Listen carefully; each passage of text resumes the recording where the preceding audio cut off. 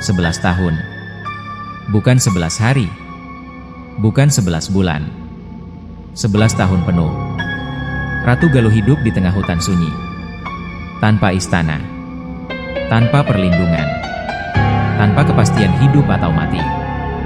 Di sanalah laku tirakatnya diuji. Di sanalah ilmu dan keteguhan jiwanya ditempa. Malam ini, kita masuk ke bagian paling berat dari perjalanan Ratu Galuh. Tirakat 11 tahun di hutan. Di bagian sebelumnya, kita telah melihat masa kecil Ratu Galuh dan panggilan batinnya. Assalamualaikum warahmatullahi wabarakatuh. Sampurasun. Halo sahabat mistik bumi Nusantara. Kumaha damang sadayana? Mugia urang sadaya salawasna aya dina kaayaan sehat, panjang yuswa, tur pinuhku berkah. Channel ini saya buat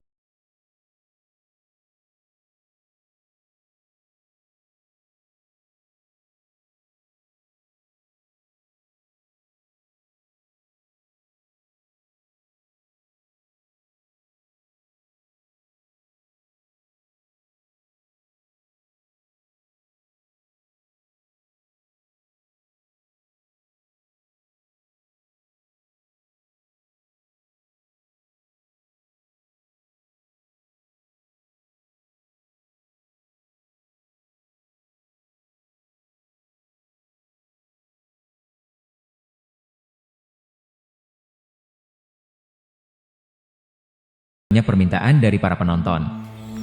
Sedikitnya 7 permintaan besar datang kepada kami. 1 dari para pemerhati Kasepuhan Jawa Barat. 2 dari tokoh masyarakat adat Sunda. 3 dari pecinta sejarah dan kerajaan Galuh. 4 dari pegiat budaya dan spiritual Nusantara. 5 dari peneliti kisah lisan leluhur.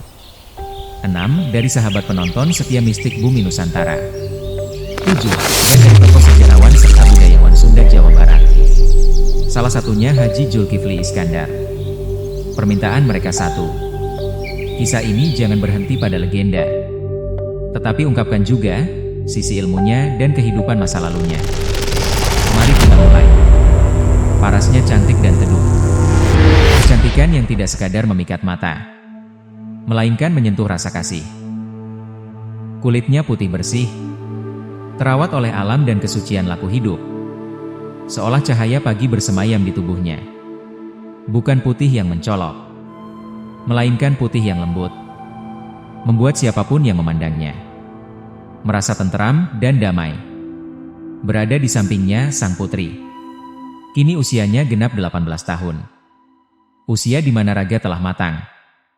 Di balik wajah mudanya sang putri tersimpan kebijaksanaan yang biasanya hanya dimiliki oleh para tetua. Hidungnya mancung, wajahnya seimbang dan anggun. Setiap garisnya memancarkan keteduhan. Tatapannya dalam, tenang, namun tegas. Seakan mampu membaca isi hati orang di sekitarnya, tanpa harus mengucap sepatah kata. Ketika ia sang putri raja berjalan dalam langkah dan mendekat, terciumlah wangi tubuh yang khas. Wangi minyak kasturi, wangi bunga melati, dan wangi bunga sedap malam. Halus dan menenangkan jiwa dan batin saat menghirupnya. Bukan wangi yang disengaja, melainkan aroma yang melekat dari ia kecil sampai dewasa. Sebagai pertanda, ciri kasih sayang Tuhan Yang Maha Esa dan kesucian niat dan kejernihan batinnya sang putri tersebut. Para tetua istana meyakini bahwa wangi itu bukan sekadar minyak kasturi saja dan bunga lainnya, melainkan pertanda ia sang putri raja.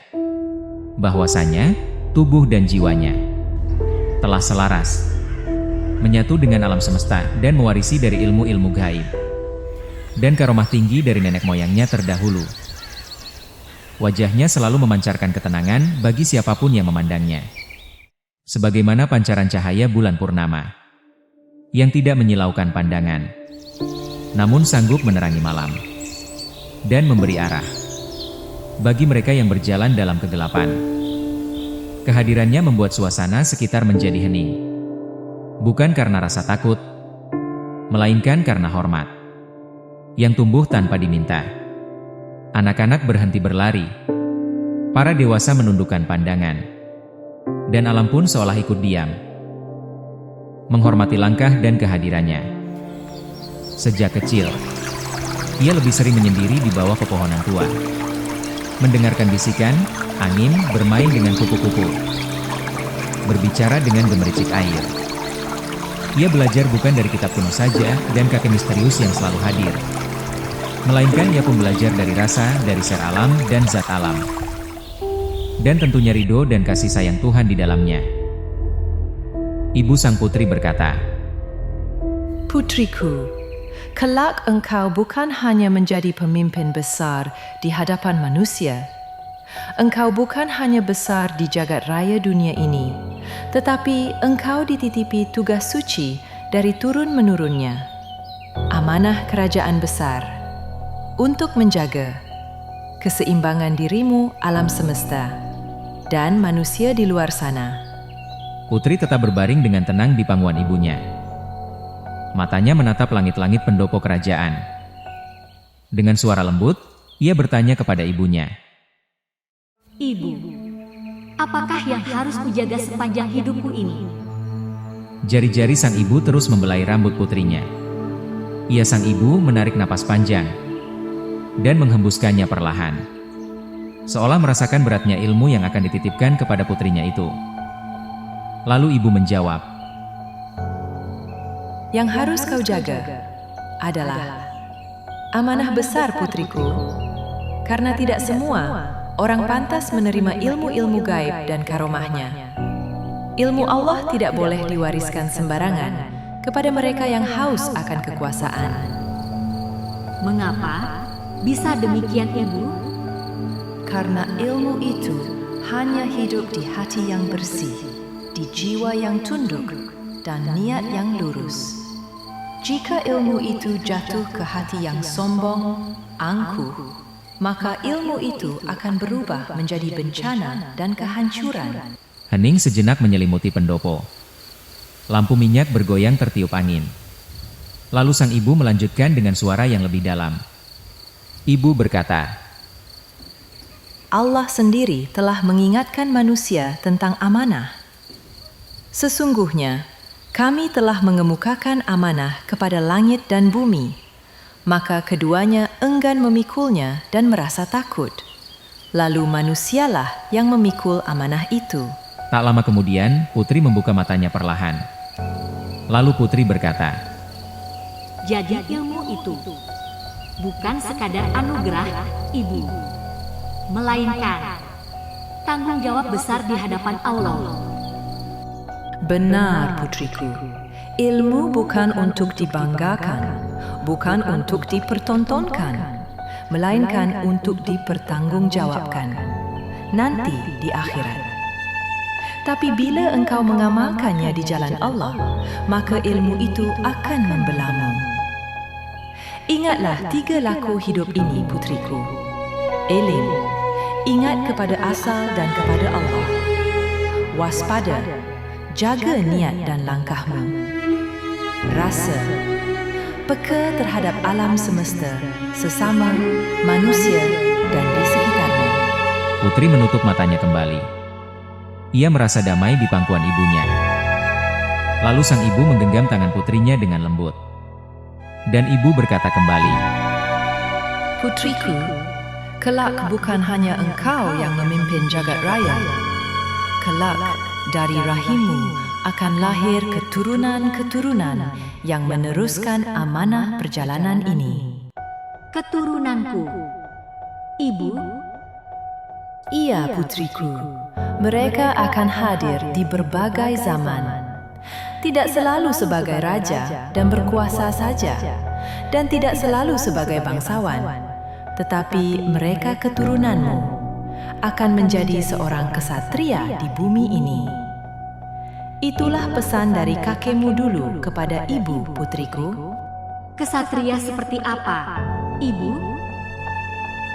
Kesatria yang menjaga kebenaran, kesatria yang melindungi kehidupan manusia. Ia mengedepankan jiwa sosial, dan ia kesatria yang berdiri bukan dengan pedang, melainkan dengan akhlak, ilmu-ilmu Allah dan doa. Air mata mengalir perlahan dari sudut mata sang putri. Lalu putri berkata, Ibu, aku takut tidak mampu. Takut itu tanda hatimu masih hidup. Selama engkau rendah hati, sayang terhadap sesama makhluk, Allah akan menjaga langkahmu dan melindungimu dari angkara murka putriku. malam itu, ilmu tidak diturunkan dalam bentuk mantra, tidak pula dalam kesaktian, melainkan dalam kesadaran dalam kelembutan jiwa. Dan sejak saat itu, jalan hidup sang putri berubah. Ia tidak lagi berjalan untuk dirinya sendiri, melainkan untuk menjalankan amanah, dan untuk masa depan sang putri dan keturunan-keturunannya. Kesatria sejati adalah mereka yang menjaga kebenaran, meski tanpa sorak dan pujian. Ia berdiri teguh pada yang lurus, bukan karena kekuasaan, melainkan karena amanah pesan-pesan dari leluhurnya. Ia melindungi kehidupan manusia dengan kebijaksanaan dan kepeduliannya yang tinggi, bukan dengan kekerasan. Namun ia hadir untuk menenangkan jiwa, bukan menakutkan dan merendahkan. Dan kesatria yang berdiri, bukan dengan pedangnya, melainkan dengan akhlak, ilmu, dan doa, adalah mereka yang memahami bahwa kekuatan terbesar itu lahir dari hati yang bersih, dan tentunya dengan niat yang lurus juga. Keesokan harinya, sang putri berjalan sendiri di taman ibunya. Kebun raya. Pagi masih muda. Kabut tipis menggantung rendah. Embun menempel di ujung daun dan kelopak bunga. Cahaya matahari menembus sela pepohonan tua, jatuh lembut ke tanah, seolah tak ingin mengganggu kesunyian. Di hadapannya, ratusan kupu-kupu beterbangan. Sayap-sayap kecil itu bergerak perlahan, menari di udara seperti untayan doa yang hidup. Naik dan turun mengikuti hembusan angin pagi. Naik dan turun mengikuti hembusan angin pagi. Satu persatu, kupu-kupu itu mendekat. Mereka tidak takut, tidak pula menjauh. Seolah mengenali ketenangan yang terpancar dari diri sang putri. Ia berhenti melangkah. Napasnya tertahan sejenak. Matanya mengikuti gerak mereka dengan penuh rasa. Putri berkata, Wahai makhluk Allah yang indah, mengapa kalian mendatangiku? kupu-kupu itu beterbangan lebih rendah, mengelilinginya dalam lingkaran halus. Tak ada suara yang terdengar oleh telinga, namun satu getaran terasa hadir di dalam hatinya. Kupu-kupu berkata, Kami datang, bukan karena rupa, bukan karena kedudukan, tetapi kami datang karena engkau tenang, engkau lembut. Hatimu yang bersih adalah tempat berdiamnya ilmu. Sang putri tersenyum menunduk. Kata-kata itu terasa menembus dadanya, seolah mengingatkannya pada pesan ibu dan wejangan kakek misterius. Tak lama putri berkata, Apa yang harus kupelajari dari kalian? Kami tidak berubah dalam keramaian. Kami bersembunyi, kami diam, kami bersabar hingga tiba waktunya.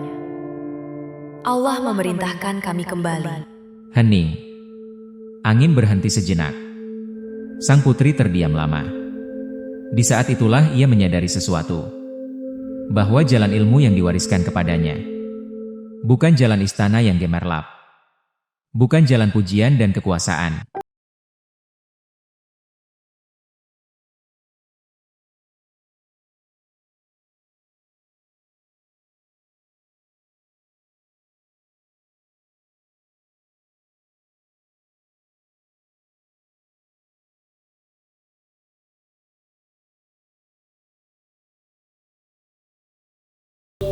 Di sanalah ia memulai tirakatnya. 11 tahun lamanya, ia hidup dalam kesederhanaan, bernaung di bawah pohon tua, beralas tanah yang lembab, berteman angin, hujan, kabut, dan suara alam yang tak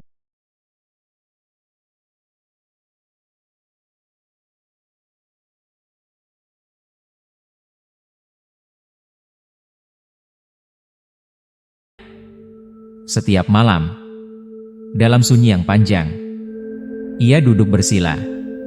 Punggungnya tegak, napasnya teratur, pikirannya ditenangkan.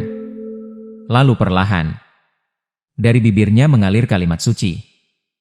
Bismillahirrohmanirrohim. Bismillahirrohmanirrohim. Diulangnya dengan penuh kesadaran. Bukan sekadar lafaz, melainkan penyerahan diri sepenuhnya kepada Allah. Zikir itu mengalir bersama napas, bersama detak jantung, hingga menyatu dengan kesunyian malam. Kemudian, zikirnya berlanjut kepada ayat berikutnya. Ya Allah, Ya Rahman, Ya Rahim. Setiap sebutan nama itu bukan teriakan, melainkan bisikan hati. Bukan permintaan, melainkan pengakuan bahwa tiada daya selain miliknya, Tuhan yang Maha Esa. Waktu seakan berhenti. Hari berganti hari. Tahun demi tahun berlalu. Tubuhnya menua perlahan. Namun jiwanya semakin bening. Di tahun ke-7 tirakat, ia tidak lagi merasakan lapar. Seperti manusia biasa. Bukan karena kebal, melainkan karena hatinya tak lagi dikuasai keinginan. Di tahun ke-9, ia tidak lagi takut pada gelap dan sepi. Sunyi justru menjadi sahabat yang mengajarkannya mendengar suara batin. Dan di tahun ke-11, ia memahami satu kebenaran besar, bahwa ilmu tertinggi bukan untuk menguasai alam, bukan untuk menunjukkan kelebihan, melainkan untuk menjaga keseimbangan dan berbuat baik terhadap seksama. Ilmu itu tidak tertulis, tidak bisa diwariskan dengan kata-kata. Ia hanya hidup di hati yang sabar, hati yang bersih dan rendah hati. Dan sepenuhnya ia berserah diri kepada Tuhan yang Maha Esa. Ketika tirakatnya usai, hutan gunung Salak kembali hening. Tak ada cahaya aneh, tak ada suara menggelegar. Hanya ketenangan yang dalam ia rasakan saat itu. Kabut turun perlahan di lereng gunung Salak. Udara pagi terasa lebih dingin dari biasanya. Daun-daun basah oleh embun. Dan hutan terdiam seolah menahan napas. Sang putri masih duduk bersila di bawah pohon tua. Napasnya tenang. Wajahnya damai. Seakan tirakat panjang yang ia jalani telah menyatu dengan jiwanya. Tiba-tiba, langkah kaki terdengar pelan di antara semak. Bukan langkah manusia biasa, namun ringan, tanpa mengusik ranting kering di tanah. Dari balik kabut, muncul sosok seorang kakek-kakek misterius dan Raja Lodaya. Kakek itu, rambutnya putih, janggutnya panjang dan rapi. Pakaiannya sederhana, di sampingnya harimau Lodaya besar. Namun wajahnya memancarkan cahaya keteduhan yang sulit dijelaskan dengan kata-kata. Mereka berhenti beberapa langkah dari sang putri duduk. Lalu ia kakek menundukkan kepalanya dengan penuh adab. Tak lama kemudian, kakek itu mengucapkan salam kepada sang putri. Assalamualaikum warahmatullahi wabarakatuh. Assalamualaikum warahmatullahi wabarakatuh. Waalaikumsalam warahmatullahi wabarakatuh. Kau telah lulus dalam tirakatmu. Tidak semua manusia mampu melaksanakannya. 11 tahun engkau menjaga niat, 11 tahun engkau memilih diam di atas gunung tua ini. Saat dunia memanggil, tidak semua jiwa sanggup menyelesaikan perjalanan ini. Cucuku, benar sekali cucuku. Ilmu bukanlah hasil usaha semata, melainkan ilmu itu anugerah ilahi bagi mereka yang mampu menahan diri dari hawa nafsu dan menjaga adab. Sang putri menunduk hormat kepada kakek misterius itu. Lalu, sang putri berkata, Jika bukan karena izin Allah, aku tak akan sampai di titik ini, kakek. Benar sekali cucuku. Ilmu bukanlah hasil usaha semata, melainkan ilmu itu anugerah ilahi bagi mereka yang mampu menahan diri dari hawa nafsu, dan bagi mereka yang menjaga adab. Lalu sang putri bertanya kepada kakek misterius itu. Siapakah gerangan engkau orang tua? Dan apakah kakek penjaga ilmu? Aku hanya hamba Allah Tuan Putri, sama sepertimu. Dan aku pengingat dari ilmu karomah, titipan Allah saja.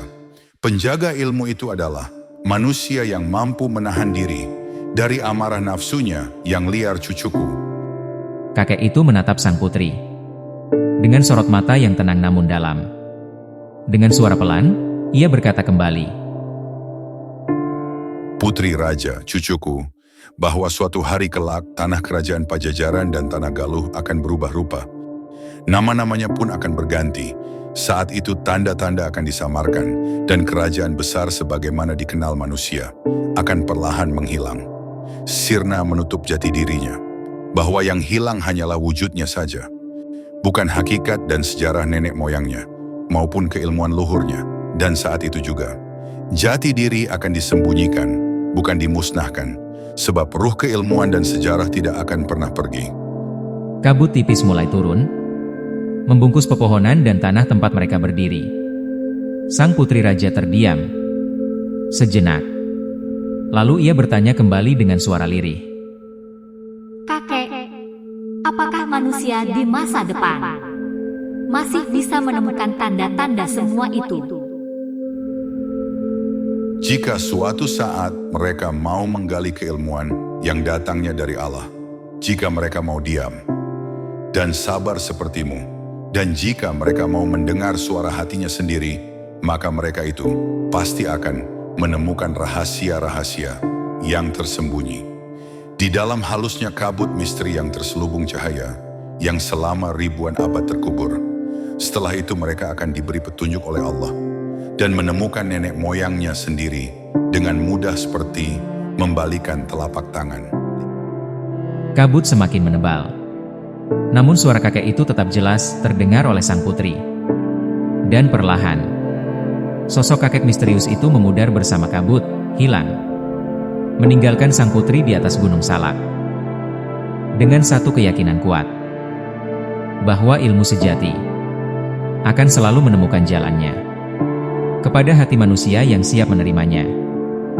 Kisah Ratu Galuh bukan sekadar cerita masa lalu, melainkan cermin bagi manusia di setiap zaman. Ia mengajarkan kepada kita semua bahwa jalan ilmu tidak selalu terang dan ramai. Seringkali justru sunyi dan penuh ujian dan cobaan hidup. Tirakat yang dijalani Ratu Galuh tidaklah mudah, melainkan hamba-hamba Allah yang diberi petunjuk dan ikhlas yang dapat menjalankannya. Tentunya tirakat itu bukan tentang menyiksa tubuh, melainkan mendidik jiwa. Belajar menahan keinginan duniawi, mengendalikan ego, dan membersihkan hati selain pikiran kotor yang selalu datang secara tiba-tiba. Agar ilmu tidak berubah menjadi alat kesombongan dan akuan.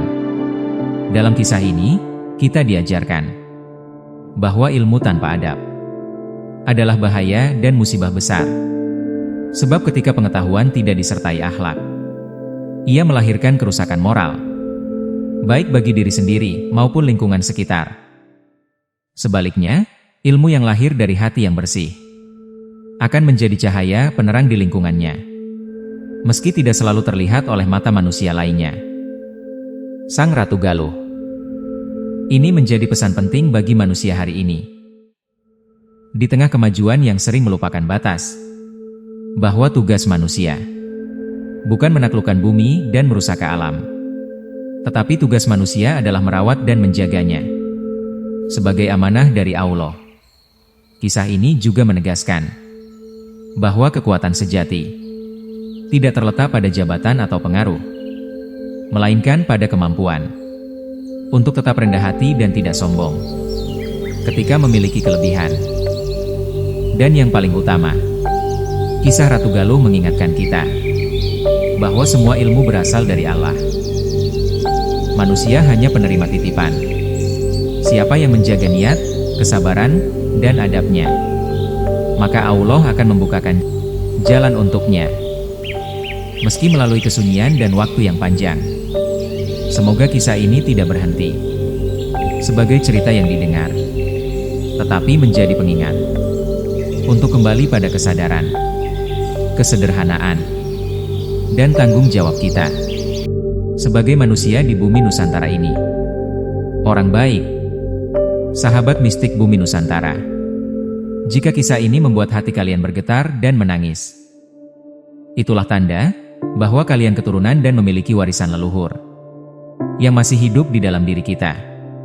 Semoga kisah Ratu Galuh menjadi pengingat bahwa Nusantara berdiri bukan hanya oleh kekuatan, tetapi oleh kebijaksanaan, ilmu karomah, dan doa. Like, komentar, dan subscribe agar kisah-kisah leluhur Nusantara tidak hilang di telan zaman. Salam budaya, salam lestari, salam rahayu dari Mistik Bumi Nusantara. Terima kasih sudah menonton. Jika kisah ini bermanfaat, subscribe agar sejarah mistik Nusantara terus hidup. Sampurasun. Wassalamualaikum warahmatullahi wabarakatuh.